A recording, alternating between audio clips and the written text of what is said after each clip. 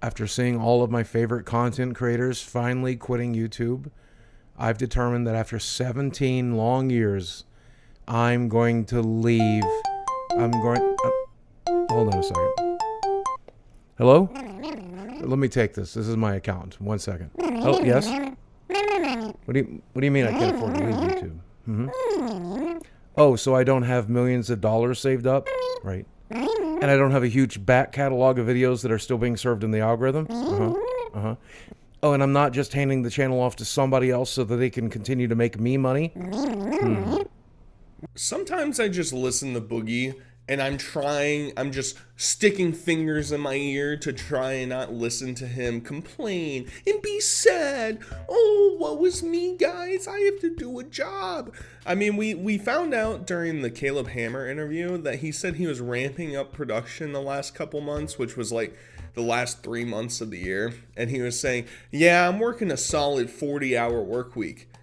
40-hour work week, buddy. I'm working like a 60-hour work week doing this extra content on YouTube. Yet you're over there saying, I don't have the money. I have to stick around. I can't quit YouTube like everybody else is doing. And if you're unaware, there's some big names in the YouTube sphere that are either taking a break or they're leaving altogether. I don't really watch any of them, so I don't really have a connection to them. You know, I've been around for a long time on YouTube, so a lot of the content creators I watched initially stopped posting probably like a decade ago. So I don't really care that much, and of course Boogie has to put the spotlight on him. He has to say, hey guys, I'm gonna quit too, guys. Think about me. Think about me. You know, I'm just gonna steal the spotlight for a second and say, oh, I'm too poor. I'm too poor to be able to hire somebody else to do the job that I do. Wah. Won't you feel bad for me? Please send me money. Please send me money. That's what Boogie's doing. I mean, it's the same shit, different year, and he's basically gonna talk about the ups and downs of YouTube, how this past year went. I mean, it's going to be epic, guys. Really epic. And, of course, as usual, I lost motivation by the end of January because January is a sucky month on YouTube. But I did have big plans for February, though. So that's the epic editing that we get, guys. That's the epic editing that Boogie said, yeah, I have an editor that helps me out and does things that I can't do. And this is the epicness that we get throughout this video. I won't include it throughout the rest of the video. I just thought this was important to show initially. Wow, guys, look at that. A crazy image with the Mario noise in the background. Isn't that worth the probably $100 I sent this guy to do this video for? Isn't that epic? And I don't know, like, I haven't been doing YouTube substantially long enough to be able to say, oh yeah, this month is so much worse than that month. I guess I could lean on Boogie. I understand because a lot of people say that sponsorship money and advertisement money in like November and December is really high. Then the beginning of the year is usually kind of low because they're not putting out as many advertisements. I don't really know. I don't really care. I mean, he's going to get into it later, but it should mostly kind of be about the passion of the project that you're working on. You know, I'm gonna make this content regardless because you guys enjoy it and I enjoy talking about it. So it's like, I don't know. There has to be more to it than, it's really sucky because I get less views and I make less money. It's like, okay, well then you're not doing what you're supposed to be doing on the platform. March kind of sucked because I continued therapy, continued treatment, and I ended up uploading this video called Proof, which was one of the most hated videos I've ever uploaded. Which makes sense because in this video, I just finally let myself admit to myself and the world how I had destroyed my own body, my own career, my own life, and wanted to rebuild and move on from there. I like the Boogie's always like, I just want to put the past in the past, guys. I don't want to talk about it, but I'm going to bring it up every time I have a chance to. Anytime that it benefits me to say, well, look at this video that everybody hated that I tried to manipulate everybody. I tried to skew the reality of the situation and try and make everybody think I'm the victim and I'm just some lowly sad man who's getting downtrodden on. But no, that's not what actually happened, Boogie. You just continually play the victim, and your dumbass, stupid decisions catch up to you. And then when they do catch up to you, you're like, why is everybody mad that this thing happened to me? I don't get it. And it's like, you're reaping what you sow, buddy. And I, for one, appreciate that. I like it that you're just getting trounced on every once in a while. But don't worry, guys. This hurts them too much. This was such a bad video. I don't like thinking of what the things happened to me before. But don't worry, next year I'll bring it up too. I'll say the Mike Klum documentary just absolutely tore me apart. It made me eat 50 burgers and 50 french fries and 100 tater tots and 100 pies. I mean, that's just what was happening. He just couldn't control himself. It was an insatiable thirst that Boogie had to quench. He had to show all the commentary YouTubers. He had to show, hey, you guys think you got one on me? Well, I'm going to show you. I'm going to be even more insufferable this year. And so far, he's off to a decent start. And because we were doing the long distance thing, I decided to take the leap and have her come visit for a little while, stay at my place for short term. That turned into long term very quickly. And now we've been living together for the last 6-7 months. So it's been kind of fantastic. And if you watch these early videos, you'll realize my intention was always to never really talk about it or brag about it or share it. I was going to keep it secret originally, but someone figured it out and started to threaten about going live with it, and we decided we better start talking about it. I don't know exactly how they figured it out. Maybe it's because I followed her on Instagram and we started interacting with each other, but regardless, we were not going to let some troll tell the world about us, so we decided to control the message. Boogie, I'm really sure that you were really keen on keeping this secret, considering that you literally cannot contain your excitement or sadness in any situation ever. You have to go on the internet and say, hey guys, I just made $1 quintillion from my Tesla stock. I just did so well. I'm so rich and you guys are fucking peasants underneath my boot. And then come back a week later and say, you know guys, it's really tough for me to be able to pay my rent because I took all that Tesla money and invested it in a bariatric surgery for me and I gained all the weight back in the past week. I just don't know what to do now. I can't figure it out. That's the Boogie cycle for you. You were going to show her at some point, and maybe deep down you love the idea of, ooh, she's my little secret little kid looking teenage girl that I'm dating. Isn't that just cute? Isn't that just attractive? Ooh, I'm gonna lock her in my basement and nobody's gonna know about her. That's the type of vibe that you're getting. And then he claims that there's some person, some evildoer out there blackmailing him, saying, I'm gonna release this. I'm gonna say that you're dating this girl. Okay, like if it's some random person in public that saw you and it's like, holy shit, that's Boogie with some, like, I don't know, is that his niece? Is that his granddaughter? I really don't know.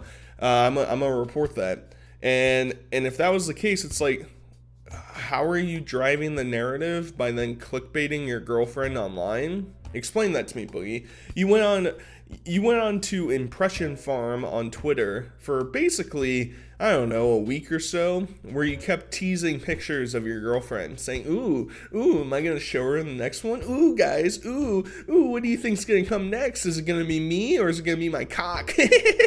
You know, that's the type of thing that you were doing on Twitter. So the idea that you were trying to control the narrative and get in front of it, it's like, it'd be different if Dez was like, I don't know, going to college to get a law degree or a political science degree or something. It's like, oh, you know, she's just going to be like a normal member of society. And it's like, nah, she's just this broken, destroyed, lack of self-confidence woman who is basically being entrapped by some fat, overweight, manipulative freak. That's the reality that we're stuck in, and we just have to turn a blind eye. Love is love, right, guys? Well, this is perfectly cool. I think this almost 30-year difference in age, that's epic. That's really epic. And don't worry, you know, 30 years in Boogie's lifespan is basically 100% of his life. So it's like trying to equate dog years to human years. You got to carry the two and pick up the left and whatever you're trying to do to solve it. But it's all to say, you're still a creep, bro. On top of that, you had people like Keemstar muddling the mixture, claiming she was 18 for whatever reason, which is just, I don't know. Those rumors persist still to this day. But I don't know, we were really happy during this period of time. Now, I haven't mentioned this in the video yet, but I do travel a lot because I get invited to these gaming conventions, and they tend to pay for like a hotel room, and they pay for a little bit of spending money, so it's definitely worth going. I enjoyed it quite a bit, and I'll warn you right now, we're going to do more of it this year because it's just fun for us to do. But I was trying to figure out exactly what I wanted my YouTube channel to be moving forward. And coming off of the fight, coming off the Michael collab, the numbers were starting to drop as we filmed this stuff. So the fact of the matter is, Boogie, nobody cares about you, and nobody really cares about your girlfriend. And it's people like me that are sort of propping you up a little bit towards the end of the lifespan of your channel. And, people are eating it up. They don't think you're a good person. It's pretty surprising because Boogie is probably one of the more hated figures on the internet, and he hasn't done anything atrocious necessarily compared to a lot of other people. I do think that the dating you basically started dating her when she was 19. I understand it didn't start until you were 20, but let's be real, she was infatuated and obsessed with you when she was 19. So I'm sorry that the discrepancy was 18 instead of 19 or even 20. What the hell difference does it make? It's 2 years. Okay, you're 30 years older than her, dude. It doesn't matter if she's 18 or 21. It really just doesn't matter. It's still creepy and weird. So the fact that Boogie still wants to stand on this pedestal and say, well, I just don't see why Keemstar made such a big deal out of this. He's slandering me. He's out here just saying bizarre things like my girlfriend is 18 instead of 20 years old in one day. How dare he? That is preposterous. You can't be saying that to me, Boogie, the Mr. Rogers of pedo land. You can't be saying that. That's not okay. That's not cool. And it's funny. It's funny. And Boogie's gonna try and say, well, I just want to make the content I want to. I'm not going to let the internet control me. If you follow Boogie's Twitter, the dude literally posts, like, he posted something that had a user that didn't have an @ and he, like, sent, like, 4 different comments saying, where's your Tesla? And Boogie literally gave it attention. He, like, can't control himself. He sees anything negative or really anything related to him, and he just wants to devour it, just consume it and say, look guys, I'm being attacked. Yet he won't come after me or other people that talk about him. I don't know. Seems odd, Boogie. You're just picking weird battles, If you want to come after me, that's fine.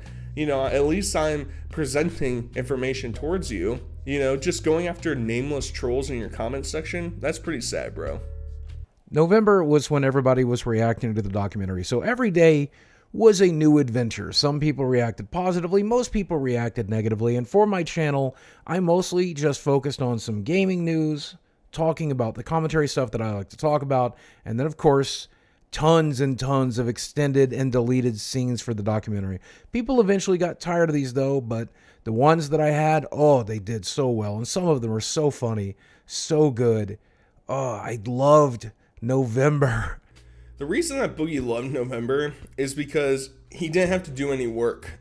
This is the man that's going to cry and complain and say, I don't make any money. No money for Boogie. Boogie doesn't get to pay his bills, his medical expenses. Wah, Boogie's so sad. And at the same time, he had this treasure trove of videos that was getting him 50K plus views per, right? Average, something like that. Some of them higher, some of them lower. And instead of taking that extra time where, okay, I'm posting this video, that means I have X amount of days extra. Instead of taking that and making better content, sort of backpiling some videos that you could upload later. Nah, Boogie just said, I really love November because I made some money off in the documentary. I had some more attention. I'm a massive egotist, so I love it when people are just paying attention to me and just calling me a piece of shit. I guess it would make him a masochist a little bit, but either way, the man just couldn't control himself. He just doesn't understand. He doesn't get the grind of YouTube, you know?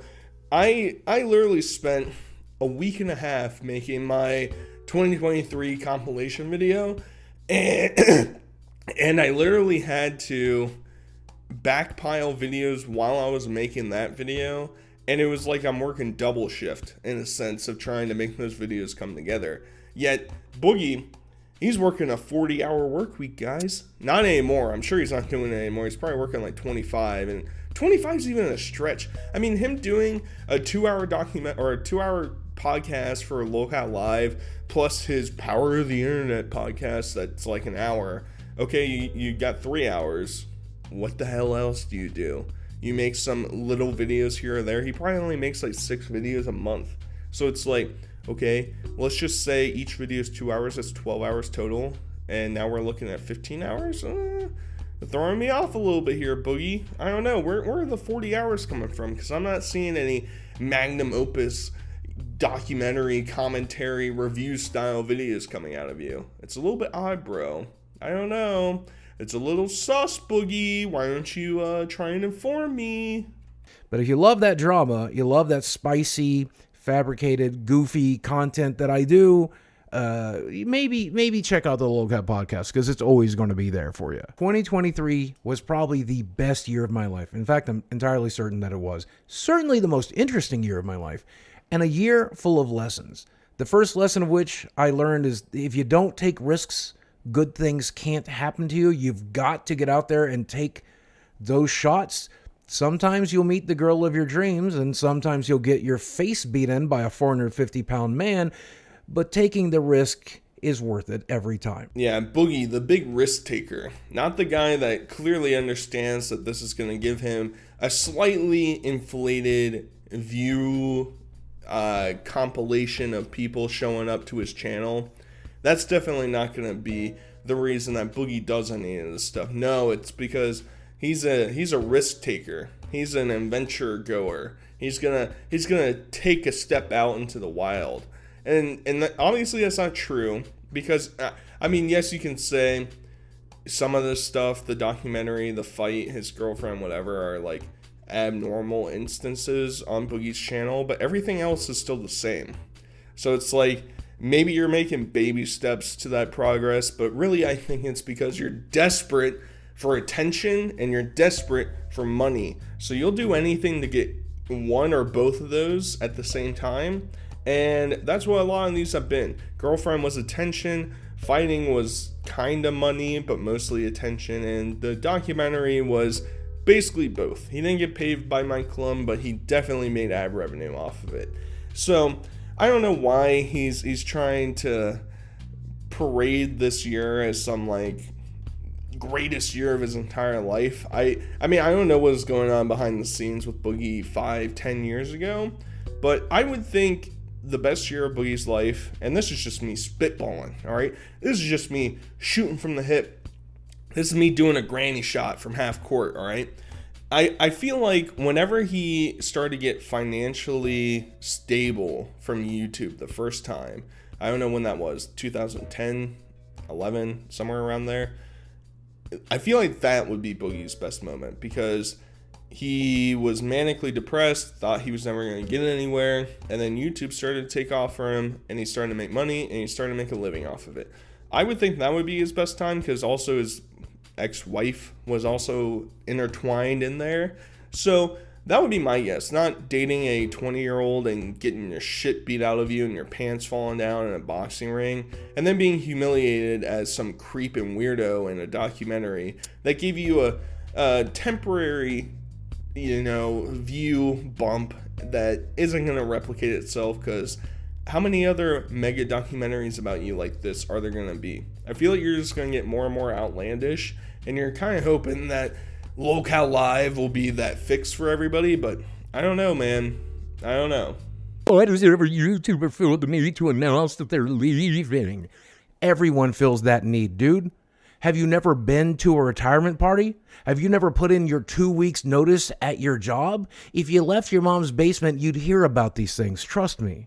And I love how demeaning Boogie is, the man who has basically done nothing for 15 years. He rode the viral success of early YouTube, which was unedited, mostly slop content that people could eat up. It was quick, it was 3 minutes, whatever. You say, oh, that's pretty funny, I'll share this with my friend. Nowadays, that's not really the standard of YouTube, which is, once again, ironic coming from somebody like me. But it's cute for Boogie to say, well, have you never worked a 9 to 5? Boogie, you haven't worked a 9 to 5 in almost 2 decades. Who are you to criticize the people that are criticizing you? I work, I don't know, like 5 times the amount of hours a week that you do, and at least I'm getting some sort of payoff with it, right? At least I'm getting some sort of satisfaction from it. And I see the criticism. I understand the criticism of saying, well, why do you have to announce that you're leaving? Just leave. But when you're big enough on YouTube, I feel like you semi have a responsibility to at least just alert people. You can do it in a video, or you can do it kind of like how Filthy Frank did it and just do a Twitter post and call it a day. I think there should be some conclusion to your content, and you can just say, I'm out, see ya. At least you know why he's leaving potentially, or that at the very least he's okay, he's just gone. Not that Boogie's ever going to do that. He's never going to reach that goal. He's never going to have enough money. He's never going to have enough security to do that. But a man can dream. When you first start making YouTube videos, you are driven by one thing, and that is hope. Hope that you can create a career out of it. Hope that you will entertain people. Hope that you can make something amazing. But when you quit your job and make YouTube a full-time gig, you're motivated by a whole other thing, and that's fear. Fear that you're going to earn enough money to survive doing it. And here's the crazy thing about being a YouTuber. If you do more work, it doesn't necessarily mean that you'll make more money. If you work at a normal job with a wage or even a salary, and most of the time you do overtime, you'll probably get extra pay. But on YouTube, you spend that extra time making more videos, and that video gets demonetized or doesn't perform well in the algorithm, or your audience just doesn't like it, you'll probably end up earning less money. I think when they started their careers, they started with hope, and I think as they're ending their careers or changing what they're doing, they're changing it with hope. These creators no longer feel the fear of feeding the algorithm, or fear of feeding their families, or paying the people that work for them. They are hopeful that their next project can do all of that, but without the insane grind that YouTube wanted from them. A couple things to dissect here. If you're going into YouTube with a fear mindset of, oh crap, I have to make sure my views are up, I have to make sure I'm making enough money off of it, then you've already failed from the start. That's my opinion. I sort of get a kick off of going on YouTube and looking up, I don't know, within the past week, people that quit their jobs to do YouTube full time. I get a little kick off of it. I don't know. I'm a little bit crazy. I'm a little bit deranged. But the through line is you should always have an out regardless of what you're doing. If you're working a corporate job, if you're working at McDonald's, if you're working on YouTube, you should have an out. You should know, well, if this goes to shit, here's my next plan. Here's my next step. Boogie doesn't have that. Boogie is, well, I'm just too dumb and stupid and disabled to be able to go do anything else, so I'll just keep milking YouTube for the 40 cents I make a video. That's just what I'm going to keep doing forever. And that's one strategy. But I didn't go into YouTube with the idea of, oh, I'm fearful that I'm going to make enough money. You have to be able to extrapolate, right? You have to be able to figure out, here's how much money it would take for me to live every month. And then you would have to see actual progress. You'd have to see, all right, month over month, yes, my pay is a little bit different. It's not a consistent pay, but I'm making close to that range, within that range. So in some months, you have to save because you make 50% less. And then other months, you can splurge, or you can also save that money to make up for the difference where you're making 150% more, whatever. You just have to be able to figure that out. He's been here for 15 years and he hasn't solved that aspect of it. I mean, Boogie should have been trying to find an out like 5 years ago. He should have been, oh man, all right. When I get this weight loss surgery, I have to lose the weight because I know my views are dwindling, my retention's down. It's not making me enough money currently. He got lucky with the crypto thing, but all that is just to say these big YouTubers, they are paying attention to the algorithm, no doubt. They are conscious of, oh, this video only got me 1 million views and I averaged 2 million views. And that can weigh on people, no doubt. Nobody wants to get a 10 out of 10 video, which if you don't know in your YouTube analytics, a 10 out of 10 means it's the worst video you've posted in the last 10. You don't want that. But these people are so big that even 1 million, as long as they're not living like these crazy extravagant lifestyles, 1 million views is still going to give them plenty of money to live off of for that month. So yeah, it might be going down. Maybe they'll start to think, I probably have to find a different avenue for revenue. But these people are fine. The grind of YouTube, yes, can be a lot. It can be intense. But if you're doing what you love, it's not going to be an issue. And that's why these people are taking a break. That's why Boogie's content's so bad. Because it's not what he loves. Because he knows that if he does what he loves, he's not going to get enough viewership for it. I know everybody's dream is to be, a successful YouTuber like Matt Pat or Meat Canyon or Joel Haver or Tom Scott. But it's not everybody's dream to do the work it took them to get there. I mean, just take a look at how burnout and miserable Mr. Beast says he is in every single interview you'll see. I bet 2024 is the year that he sets down the camera. I would not blame him for a second. That's a soul crusher, and I wouldn't wish it on anybody, not even my worst enemy. But God bless you guys, and thank you for the content. The fun is in the journey and not the destination, right? The retirement or being on top of your game or making all of that money or that monthly or weekly grind that these guys were under, that's not the fun. It's the beginning. It's the build-up. It's the hope. It's not the plateau. And I can speak from personal experience. It certainly ain't the decline. I mean, Boogie's channel is mostly in decline from its inception. There was nothing extremely creative or bizarre about it outside of him just being fat. So it's like, it makes it difficult to sort of put you on the same pedestal as Mr. Beast, which you had to get his name in there to hope the algorithm would pick it up. I don't think it did, but a lot of these creators, they love and they obsess with YouTube. And it's like everything that they come to know, it's everything that they dream of. And I think I don't know about what it's like to be at the very top, to be the #1 vlogger or to be the Vanoss Gaming. I don't know any of that stuff. I don't know what it's like to be like that.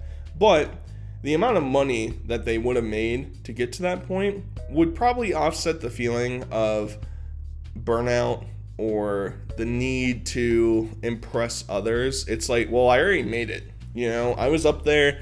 Yeah, maybe I had a decline and it happens. But Boogie, let's not mince meat here, right? You're not in that stratosphere with any of these people retiring. I know you're trying to get that clout, but let's stop playing. Let's stop playing pretend. Either way, I hope you guys enjoyed this video. Until next time, I'll talk to you guys later. Peace.